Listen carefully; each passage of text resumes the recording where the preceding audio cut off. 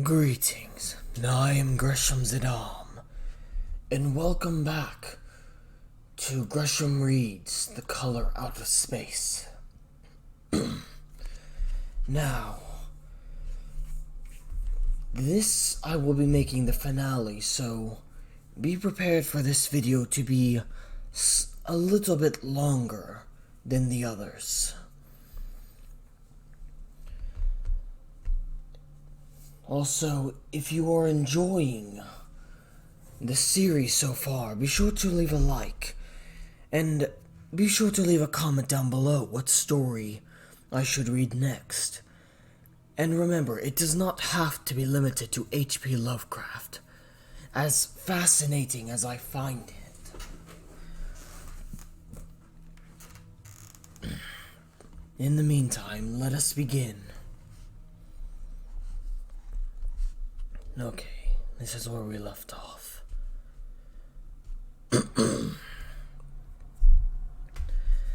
Then, there burst forth a frantic whinny from Ami's horse outside, followed at once by a clatter which told of a frenzied runaway. In another moment, horse and buggy had gone beyond earshot, leaving the frightened man on the dark stairs to guess what had sent them. But that was not all. There had been another sound out there. A sort of liquid splash. Water. It must have been the well. He had left Hero untied near it, and a buggy wheel must have brushed the coping and knocked in a stone. And still, the pale phosphorescence glowed in that detestably ancient woodwork. God, how old the house was. Most of it built before 1670, and the gambrel roof not later than 1730.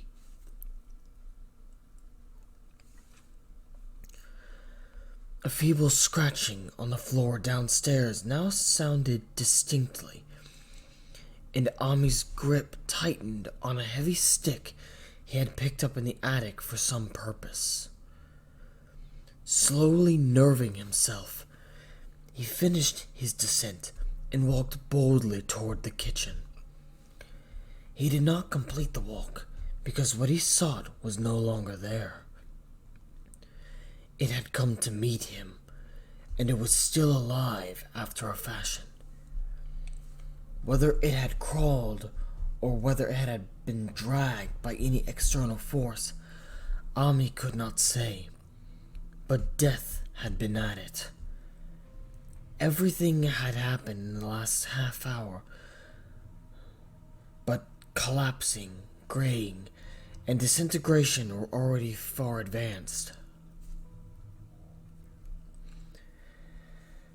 There was a horrible brittleness, and dry fragments were scaling off. Ami could not touch it, but looked horrifiedly into the distorted parody that had been a face. "What was it, Nahum? What was it?" he whispered. And the cleft, bulging lips were just able to crackle out a final answer. "Nothing. Nothing. The color. It burns. Cold and wet. But it burns. It lived in the well. I seen it. A kind of smoke. Just like the flowers last spring. The well shone at night. Thad and Murney and Zenas, everything alive, sucking the life out of everything. In that stone. It must have come in that stone.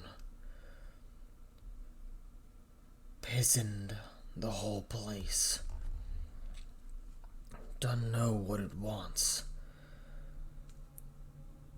That round thing the men from the college dug out in the stone. They smashed it. It was the same color. Just the same. Like the flowers and plants.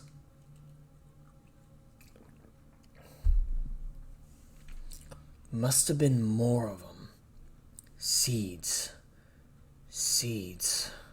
They growed. I seen it the first time this week.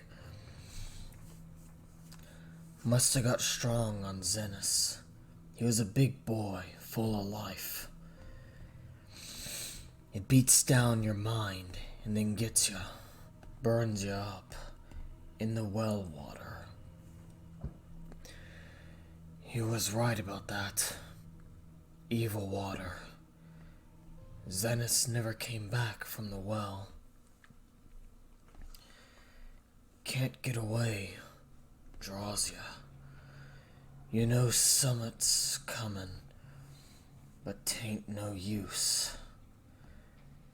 I seen it time and again since Zenis was took. Where's Nebby, Ami? My head's no good. Don't know how long since I fed her. I'll get her if we ain't careful. It'll get her if we ain't careful. Just a color. Her face is getting to have that color sometimes towards night. And it burns and sucks. It come from some place where things ain't as they is here. One of them professors said so. He was right. Look out, Ami. It'll do something more. Sucks the life out. But that was all. That which spoke could speak no more, because it had completely caved in. Ami laid a red checked tablecloth over what was left and reeled out the back door into the fields. He climbed the slope to the 10-acre pasture and stumbled home by the north road in the woods. He could not pass that well from which his horse had run away. He had looked at it through the window and had seen that no stone was missing from the rim. Then the lurching buggy had not dislodged anything after all. The splash had been something else. Something which went into the well after it had done with poor Nam. When Ami reached his house, the horse and buggy had arrived before him and thrown his wife into fits of anxiety. Reassuring her without explanations, he had set out at once for Arkham and notified the authorities that the Gardner family was no more. He indulged in no details, but merely told.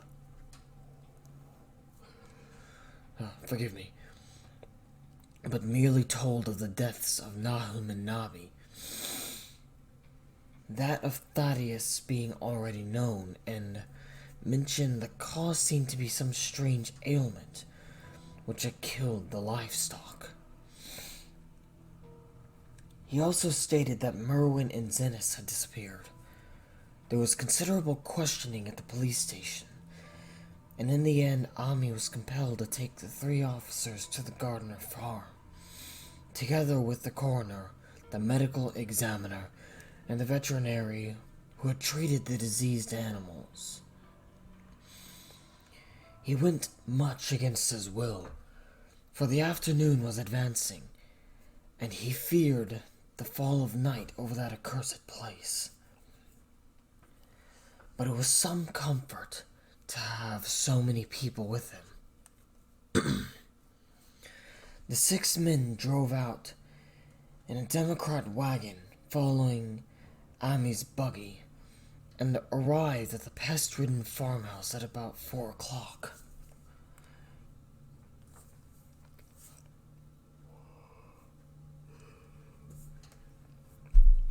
Used as the officers were to gruesome experiences, not one remained unmoved at what was found in the attic and under the red-checked tablecloth on the floor below.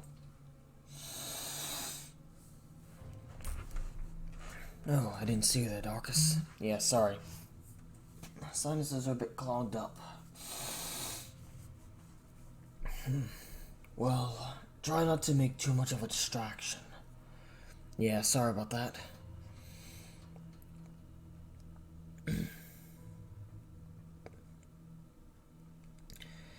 The whole aspect of the farm with its grey desolation was terrible enough, but those two crumbling objects were beyond all bounds.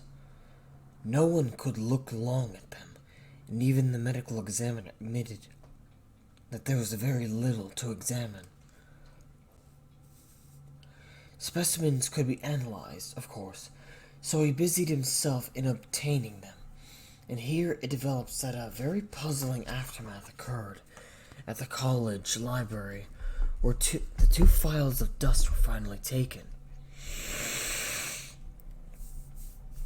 Under the spectroscope, both samples gave off an unknown spectrum, in which many of the baffling bands were precisely like those which the strange meteor had yielded in the previous year.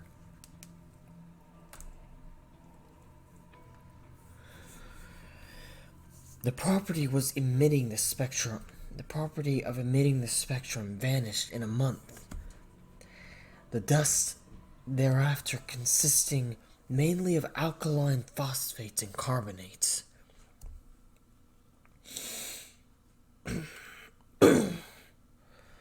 Ami would not have told the men out the well if he had thought they meant to do anything then and there. It was getting towards sunset, and he was anxious to be away. But he could not help glancing nervously at the stony curb by the great sweep. And when a detective questioned him, he admitted that Nahum had feared something down there. So much so that he had never even thought of searching it for Merwin and Zenas.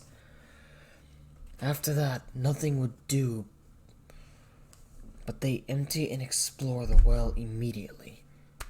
So Ami had to wait, trembling, while pail after pail of rank water was hauled up and splashed on the soaking ground outside. The men sniffed in disgust at the fluid. Toward the last, held their noses against the fader they were uncovering. It was not so long a job as they had feared it would be, since the water was phenomenally low. There is no need to speak too exactly of what they found. Merwin and Zenas were both there, in small part, though the vestiges were mainly skeletal. There were also a small deer and a large dog in about the same state, and a number of bones of smaller animals. The ooze and slime at the bottom seemed inexplicably porous and bubbling, and a man who descended on handholds with a long pole found that he could sink the wooden shaft to any depth in the mud without meeting any solid obstruction. Twilight had now fallen, and lanterns were brought from the house. Then, when it was seen that nothing further could be gained from the well, everyone went indoors and conferred in the ancient sitting room, while the intermittent light of the spectral half-moon played wanly on the grey desolation outside.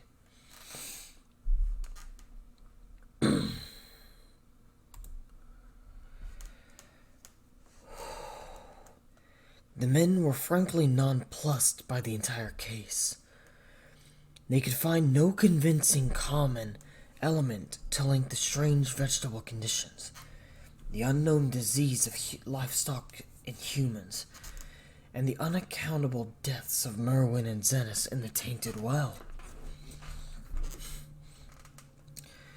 They had heard the common country talk, it is true, but could not believe that anything contrary to natural law had occurred. No doubt the meteor had poisoned the soil, but the illness of persons and animals who had eaten nothing grown in that soil was another matter. Was it the well water? Very possibly. It might be a good idea to analyze it. But what peculiar madness could have made both boys jump into the well? Their deeds were so similar, and the fragments showed that they both suffered from gray brittle death. Why was everything so gray and brittle? It was the coroner, seated near the window overlooking the yard, who first noticed the glow about the well. Night had fully set in, and all the abhorrent ground seemed faintly luminous, with more than the fitful moonbeams.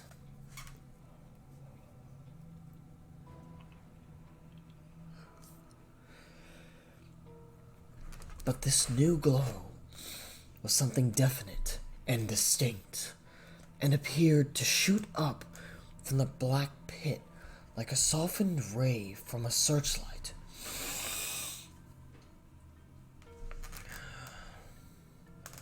Given dull reflections in the little ground pools where the water had been emptied.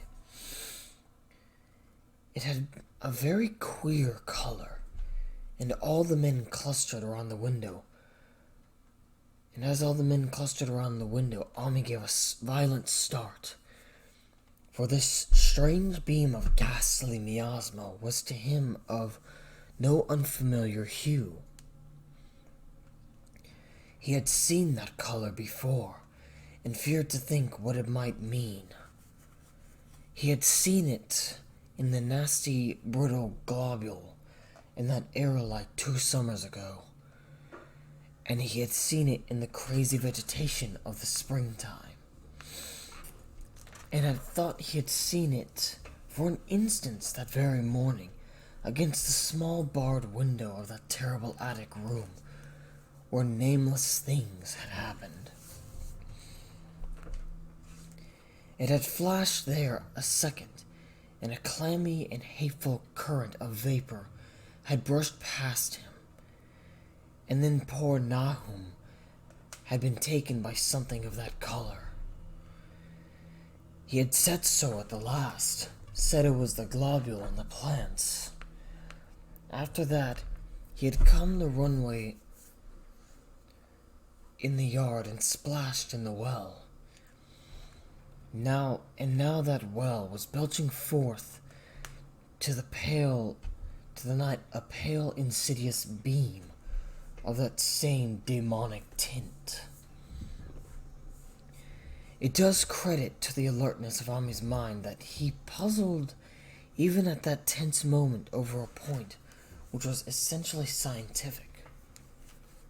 He could not but wonder at his gleaming of the same impression from a vapor glimpsed in the daytime against a window opening in the morning sky, and from a nocturnal exhalation seen as a phosphorescent mist against the black and blasted landscape.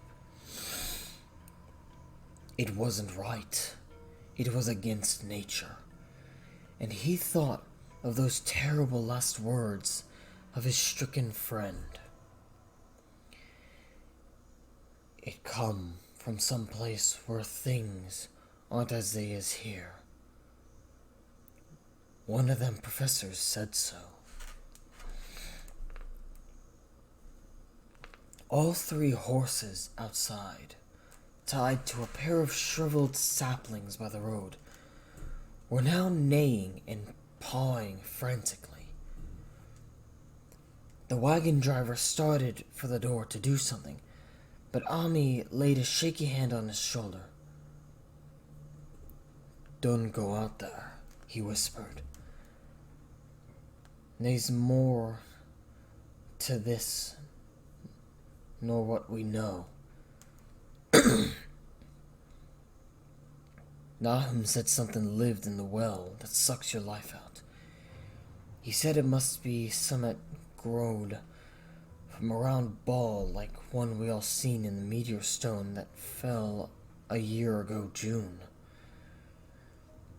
Sucks and burns, he said, and is just a cloud of color like that light out there now, that you can hardly see and can't tell what it is. Nahum thought it feeds on everything living and gets stronger all the time. "Are you alright, Darkus?" "Yeah, just a bit of phlegm build-up." "Alright. If you're sure."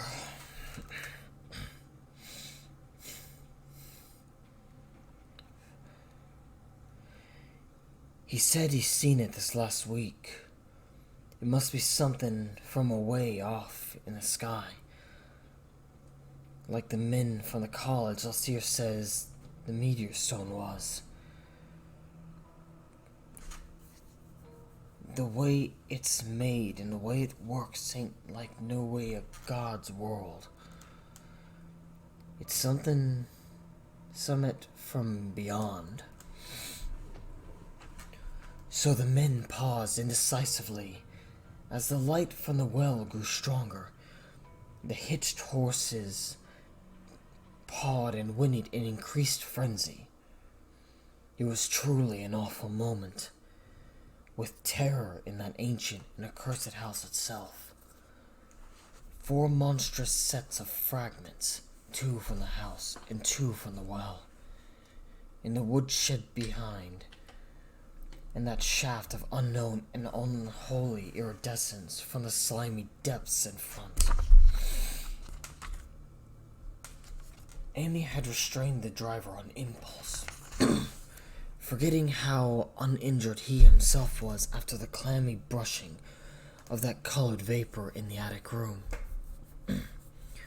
But perhaps it is just as well that he acted as he did.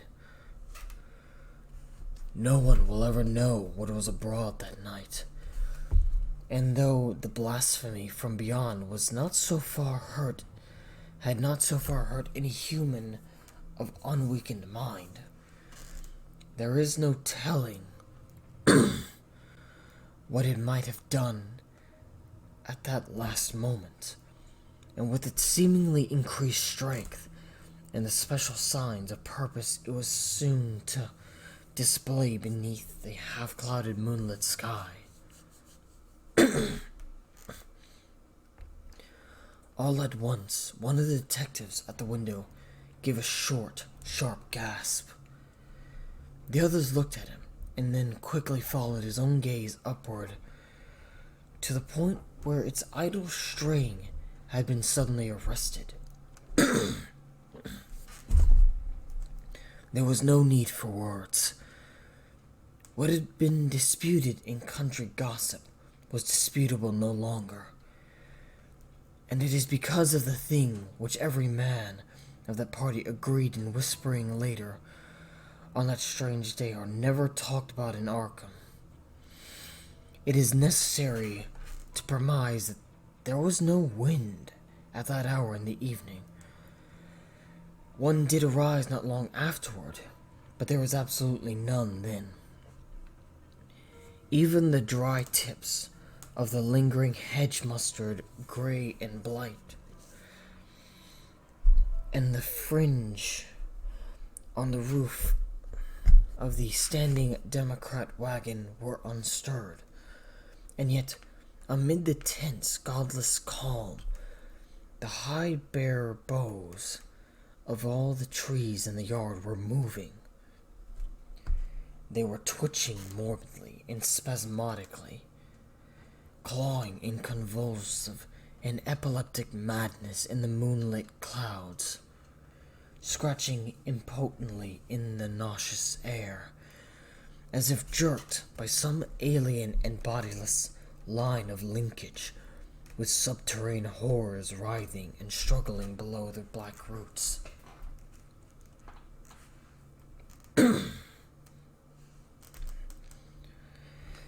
Not a man breathed for several seconds. Then a cloud of darker depths passed over the moon, and a silhouette of clutching branches faded out momentarily. At this, there was a general cry, muffled with awe but husky and almost identical from every throat.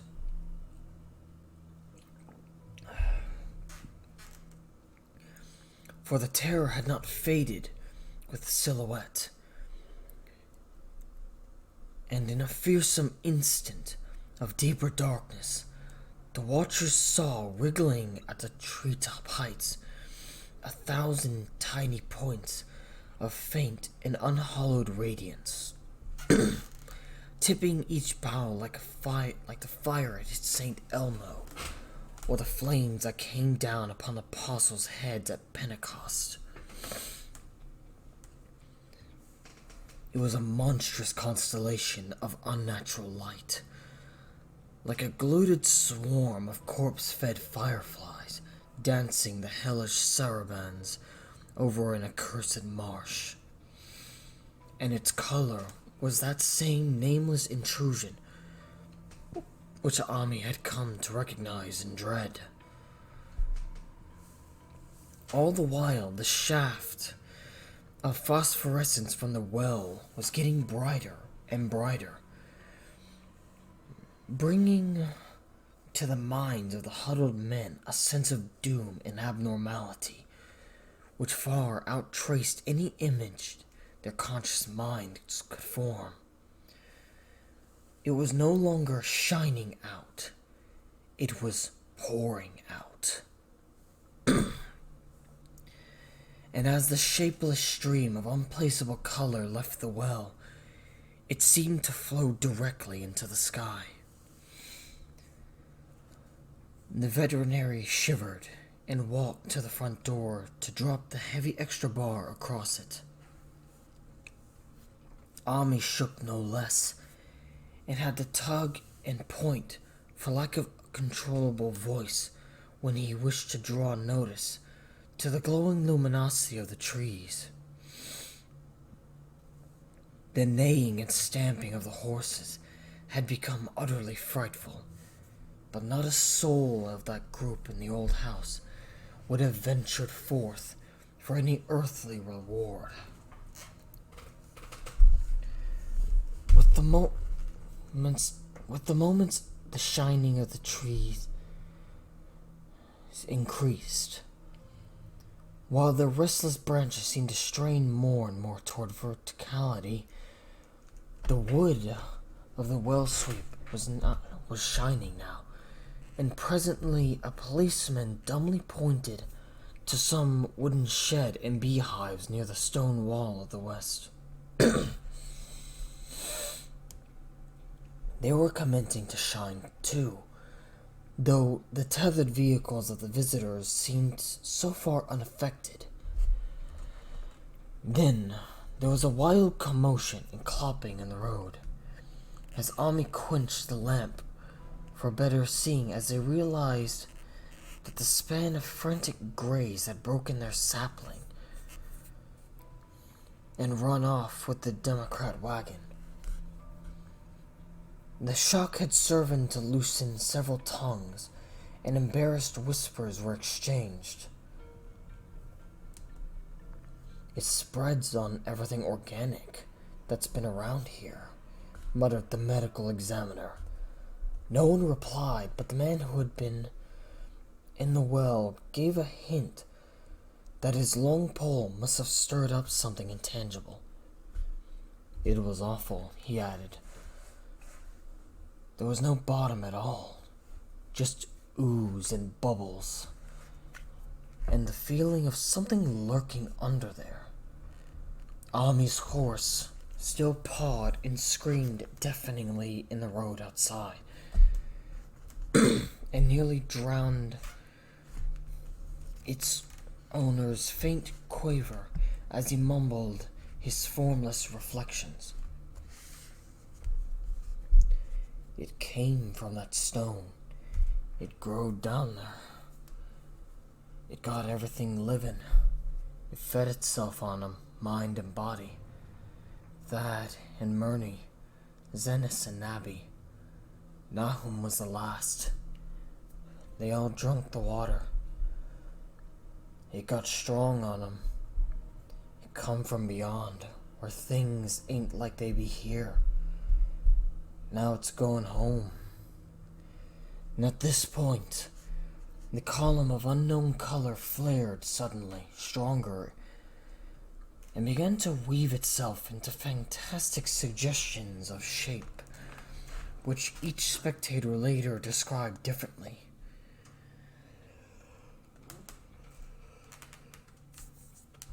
There came from poor tethered hero such a sound as no man had ever seen or since ever before or since ever heard from a horse. Every person in that low-pitched sitting room stopped his ears, and Ami turned away from the window in horror and nausea. Words could not convey it. When Ami looked out again, the hapless beast lay huddled inert in the moonlit ground between the splintered shafts of the buggy. That was the last of Hero till they buried him the next day. But the present was no time to mourn, for almost at this instant a detective silently called attention to something terrible in the very room with them. In the absence of the lamplight, it was clear that a faint phosphorescence had begun to pervade the entire apartment. It glowed on the broad planked floor and the fragment of rag carpet, and shimmered over the sashes of the small paned windows. It ran up and down the exposed corner posts. Each minute saw it strengthen, and at last it was very plain that healthy living things must leave that house. Ami showed them the back door and the path up through the fields to the 10-acre pasture. They walked and stumbled as in a dream, and did not dare look back till they were far away from the high grounds. They were glad of the path, for they could not have gone the front way by that well. It was bad enough passing the glowing barn and sheds, and those shining orchid trees with their gnarled, fiendish contours.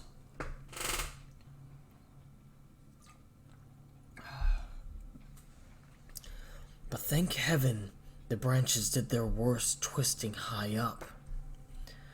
The moon went under some very black clouds as they crossed the rustic bridge over Chapman's Brook, and it was blind groping from there to the open meadows. When they looked back toward the valley and the distant Gardner place at the bottom, they saw a fearsome sight.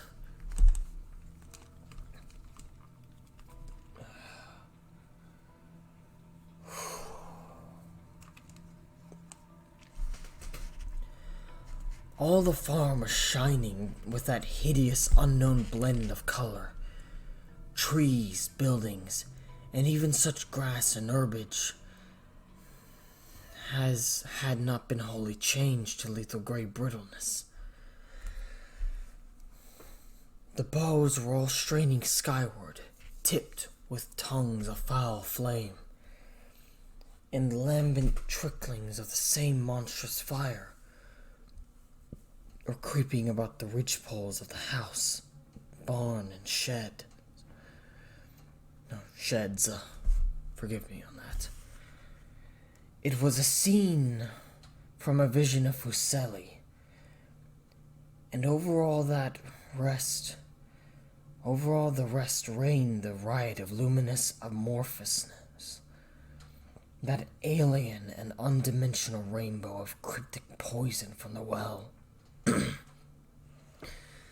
Seething, feeling, lapping, reaching, scintillating, straining, and malignly bubbling in its cosmic and unrecognizable chromaticism.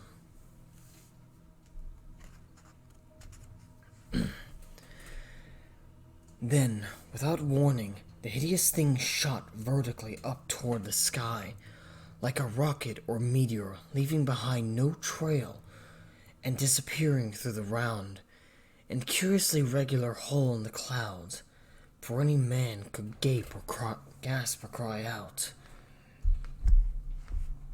No watcher can ever forget that sight. And Ami stared blankly at the stars of Cygnus, Deneb twinkling above the others, where the unknown color had melted into the Milky Way. But his gaze was the next moment called swiftly to earth by the crackling in the valley. It was just that, only a wooden ripping and crackling, and not an explosion as so many others of the party vowed. Yet, the outcome was the same, for in one feverish, kaleidoscopic instant, there burst up from that doomed and accursed farm a gleamingly eruptive cataclysm of unnatural sparks and substance.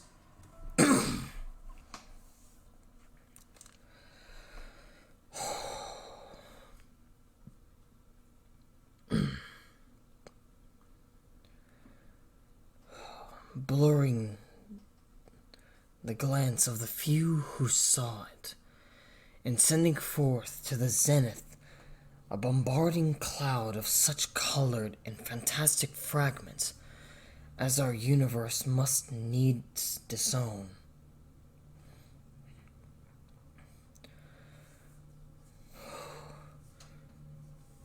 Through quickly reclosing vapors, they followed the great morbidity that had vanished, and in another second they had vanished too. Behind and below was only a darkness to which the men dared not return. And all about was a mounting wind, which seemed to sweep them down and back, froer gusts from interstellar space. It shrieked and howled, and lashed the fields and distorted wood in a mad cosmic frenzy, till soon the trembling party realized it would be no use waiting for the moon to show what was left down there at Nahum's.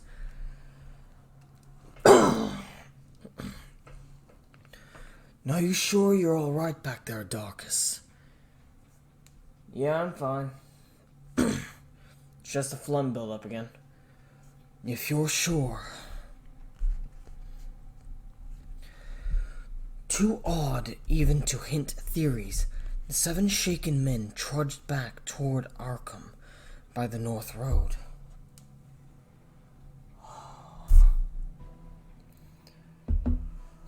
Ami was worse than his fellows. Forgive me, I'm feeling a bit hungry, so I may grab a snack for just a moment. I will cut this out.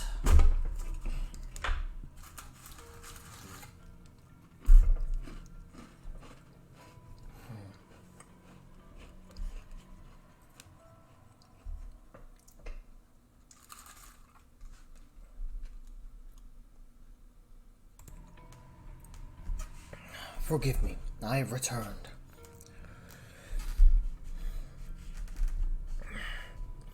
Too odd even to hint theories, the 7 shaken men trudged back toward Arkham by the North Road.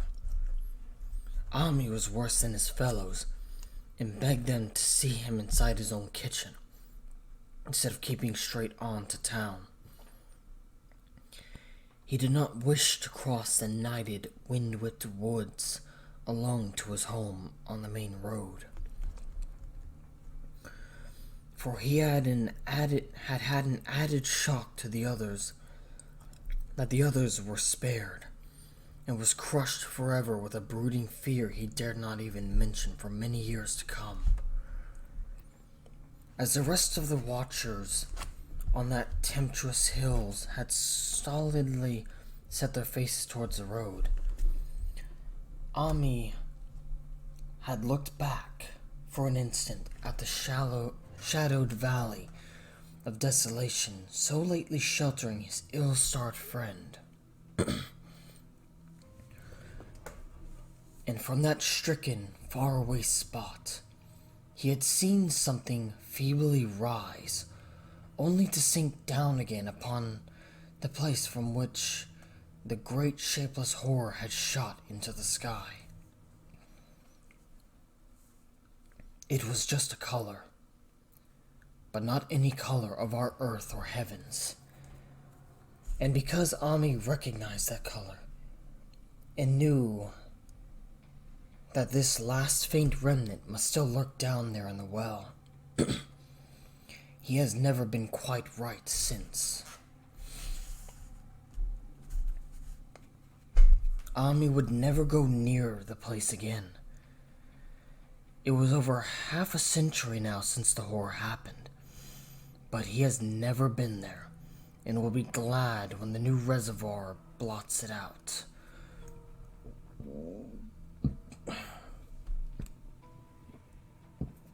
Excuse me. I shall be glad too, for I do not like the way the sunlight changed color around the month of that abandoned well I passed. I hope the water will always be very deep, but even so, I shall never drink it. I do not think I shall visit the Arkham country hereafter. 3 of the men who had been with Ami returned the next morning to see the ruins in daylight. But there were not any real ruins, only the bricks of the chimney, the stones of the cellar, some mineral and metallic litter here and there, and the rim of that nefandous well. Save for Ami's dead horse, which they towed away and buried, and the buggy which they shortly returned to him, everything that had ever been living had gone. 5 eldritch acres of dusty gray desert remained, nor has anything ever grown there since. To this day it sprawls open to the sky like a great spot eaten by acid in the woods and fields. And the few who have ever dared glimpse it in spite of their rural tales have named it the Blasted Heath. The rural tales are queer. They might be even queerer if city men and college chemists could be interested enough to analyze the water from that disused well, or the gray dust that no wind seems ever to disperse. Botanists, too, ought to study the stunted flora on the borders of that spot, for they, too, might shed light on the country notion that the blight is spreading little by little, perhaps an inch a year. People say the color of the neighboring herbage is not quite right in the spring, and the wild things leave queer prints in the light winter snow. Snow never seems quite so heavy on the Blasted Heath as it is everywhere else. No, elsewhere, forgive me. I'm adding words and replacing where I should not. Horses, the few that are left in this motor age, grow skittish in the silent valley, and hunters cannot depend on their dogs too near the splotch of grayish dust. They say the mental influences are very bad too. Numbers went queer in the years after Nam's taking, and always they lacked the power to get away. Then the stronger-minded folk all left the region, and only the foreigners tried to live in the crumbling old homesteads. They could not stay, though, and one sometimes wonders what insight beyond ours their wild, weird stories of whispered magic have given them. Their dreams at night, they protest, are very horrible in that grotesque country. And surely the very look of the dark realm is enough to stir a morbid fancy. No traveler has ever escaped a sense of strangeness in those deep ravines.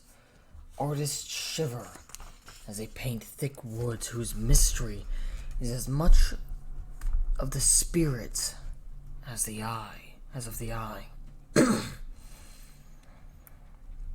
I myself am curious about the sensation I derived from my one lone walk before Ami told me his tale.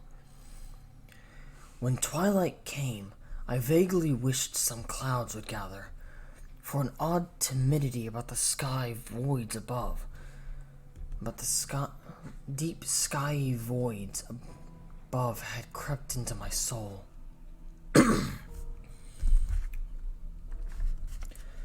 Do not ask me for my opinion. I do not know, that is all.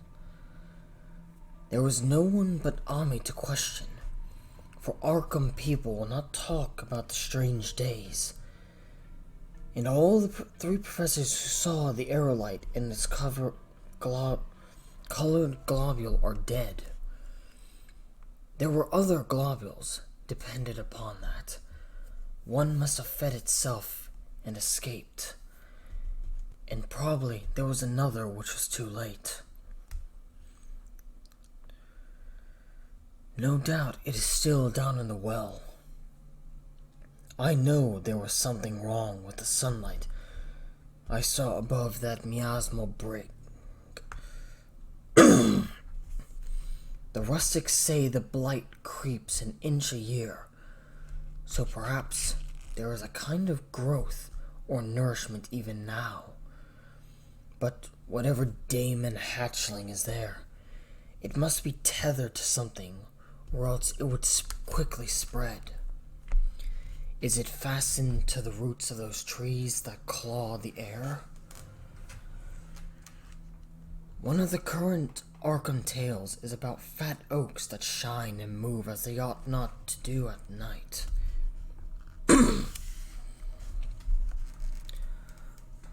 What it is, only God knows. In terms of matter, I suppose the thing Ami described would be called a gas. But this gas obeyed laws that are not of our cosmos. This was no fruit of such worlds and suns as shine on the telescopes and photographic plates of our observatory. This was no breath from the skies whose motions and dimensions our astronomers measure or deem too vast to measure. It was just a color out of space. A frightful messenger from unformed realms of infinity beyond all nature as we know it. From realms whose mere existence stuns the brain and numbs us with the black, extra-cosmic gulfs it throws open before our frenzied eyes.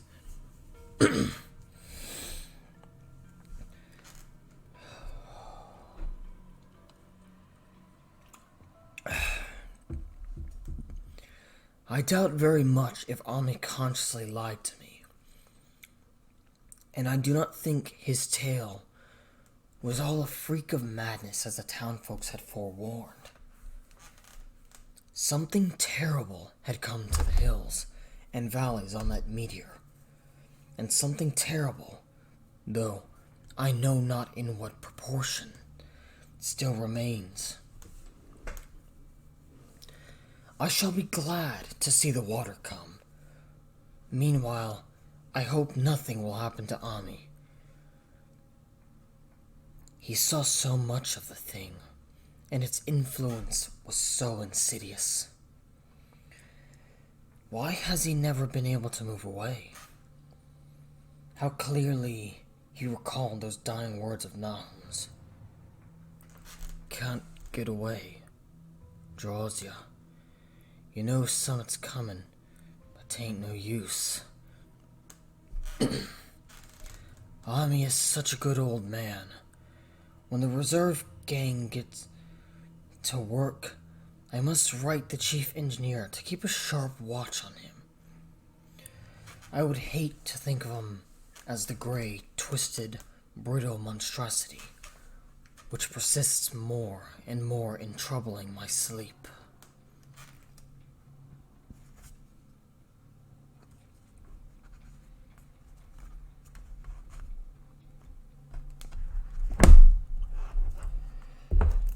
And that concludes The Color Out of Space. This tale is truly fascinating. I am unsure what to think. I will honestly have to go into debate with it with one of my close friends in order to understand what I had just seen.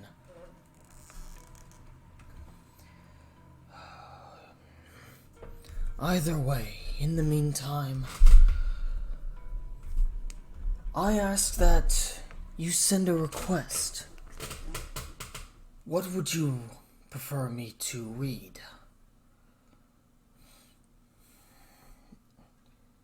There are many fantastic and terrifying stories out there. So I am most anxious and curious to see what will be suggested next.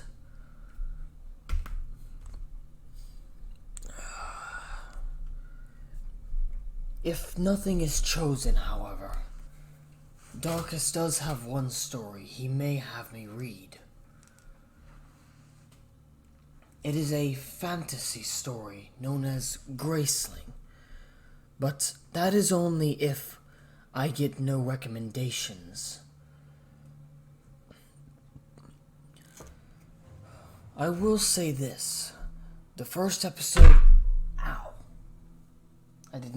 I was stretching and accidentally elbowed a case sitting next to me. Forgive me for that.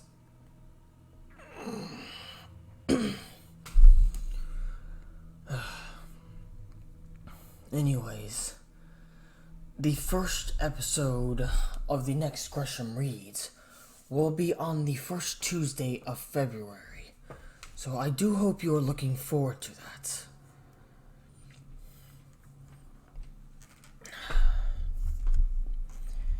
And once again, thank you to Obstacle 3 for requesting this story. I quite enjoyed it. Well, not quite, but immensely. It is fascinating seeing the many things of H.P. Lovecraft's mind, the stories he writes, and the creatures of unimaginable horror that he releases into the realm of fiction.